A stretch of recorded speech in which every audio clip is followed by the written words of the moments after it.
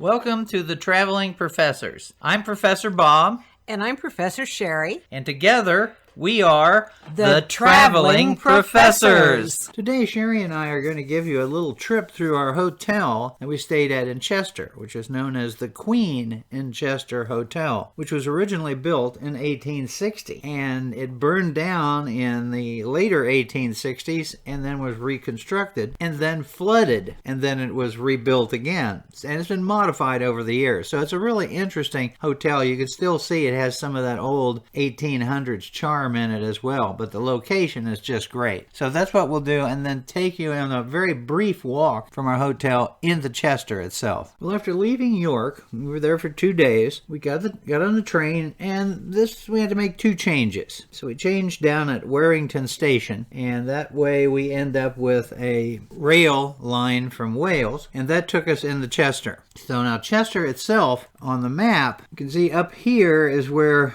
our hotel is located. It's right across the street from the train station, which is also the center hub of transport buses and all sorts of different things. I had originally thought, the way I had another map, that it was down by this lower bridge. So I was a little disappointed when I really found out where we were located. But it's only a 10-minute walk from that location into the town of Chester itself. And we'll be taking that walk a little bit later. This is the train station there in Chester. And then as you come out of the train station, here is the hotel, the Queen Hotel. And it had in the 1800s, it had a sister hotel across the street, which is now a pub and a restaurant. So we went in, checked in, went up to our room. So here's the hallway leading to our room. And there's the door.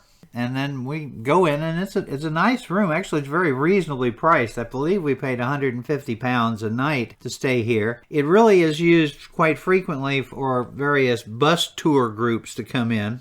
So here's the entrance inside. We've got the gigantic TV, a nice double bed. And as you can see, Sherry is a little exhausted from our train trip through today. But in the end, there's the wardrobe. The view is out into the main area, looking out to where the buses are located. Really nice shower, bathroom.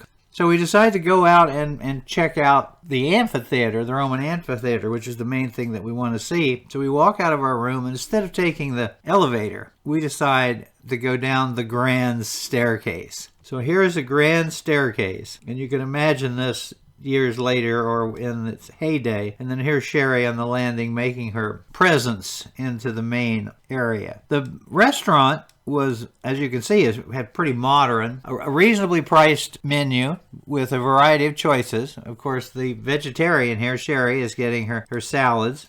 I, of course, have to have fish and chips. Now, I was expecting a bunch of little pieces, not a gigantic fish, and then a few French fries, but it's incredibly reasonably priced. They have a beautiful garden that we never really went out to see. We meant to, but never really got around to it. And then after we finished dinner, we went in and sat in I would call it the old smoking room, but this is a get-together area. It has a lot of the old famous portraits of people who have stayed here. I believe that Charles Dickens stayed here at one time. And then this is the rest of the room with these beautiful, comfortable chairs. And Sherry enjoying a nice, comfortable chair. I always look for those leather chairs that you find in sitting rooms or smoking rooms. And then across the street, you can see that at one time this had been a bigger building, but because it's built almost like the Queen Hotel, but that's now a pub. And it's on the inside of it, you can see its interior decorations. And it was a nice place to eat as well, but for the most part, we're only here in Chester for 2 days. So we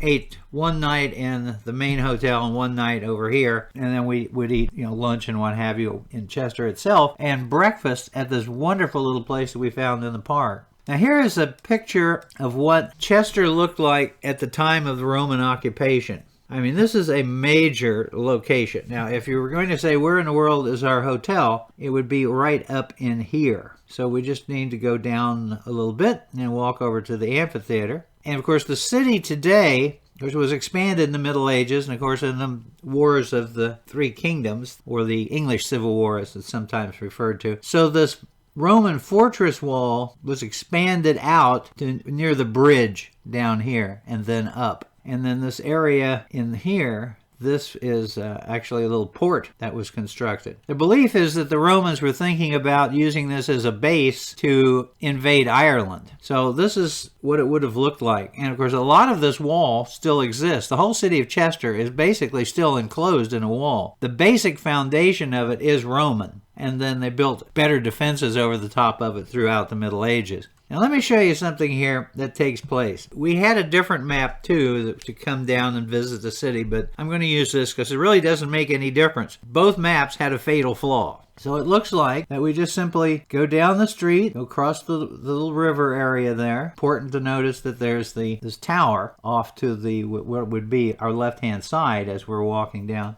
And then we would simply come down and turn right, and there would be the amphitheater. Well, this area right in here isn't a square area. It's two gigantic rotaries, and they're major highways. So when we came down, I thought all we had to do is take the first right-hand road. There wasn't a right-hand road. And it appeared that what we needed to do was to go another direction. Well, here's what happened. Here we are. This is the view leaving the hotel, heading down to meet the connection. Here we are crossing the river. You can see one of the tower buildings off to our left. And then we made a turn and started walking. And immediately, well, 2 or 3 blocks away, we realized something's wrong because we're not supposed to be equal with the tower or the chimney. So we have to turn around and go back the other direction. So just to be on the safe side, we stopped in 2 places and asked directions. And they gave us the same directions with the exception of the second place. The second place, which was an architectural building. He said, oh, this happens all the time because the maps don't show these 2 rotaries down here. And he said the easiest thing to do was just simply cross the street where we were and go straight down that next street because it would come in where this park is located. So that's what we ended up doing. So we walked across the street, we found the park, entered the park, and it eventually ends right where the amphitheater is located. And in walking through the park, about halfway in, we found this little location to get some food. Well, they serve a full English breakfast all day.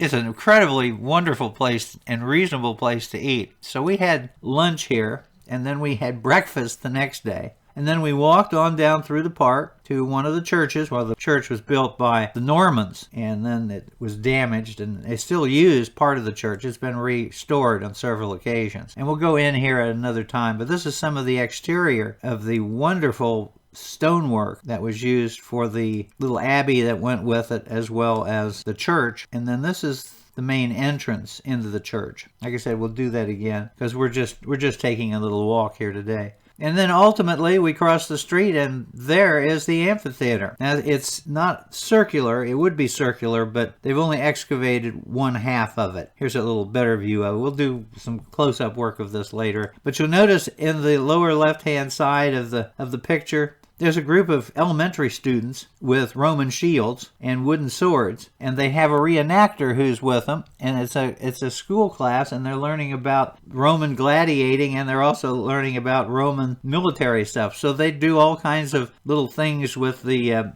shields. They do the tortoise, and then we saw them a day later marching. I guess when they finished their lesson, they marched back to school. And so they're marching in order, chanting Roman chants and making noise. It's really hilarious. So anyway, well, that's a hotel and gives you an idea also of how close it is to Chester. It's really a relatively flat walk. There is a little bit of an incline, but it's just a simple walk. Sherry and I hope you enjoyed the tour. Please come by our YouTube channel at Bob Packett, and please subscribe and leave some comments. Thank you very much. I've been doing podcasting on history for over 15 years. I've got over 4,000 shows, and I've done CDs, which of course can be sent out as USBs. So if you would really like to get more on history for free, then come by my website, as you see here, historyaccordingtobob.com, and see what's there. So thank you very much again.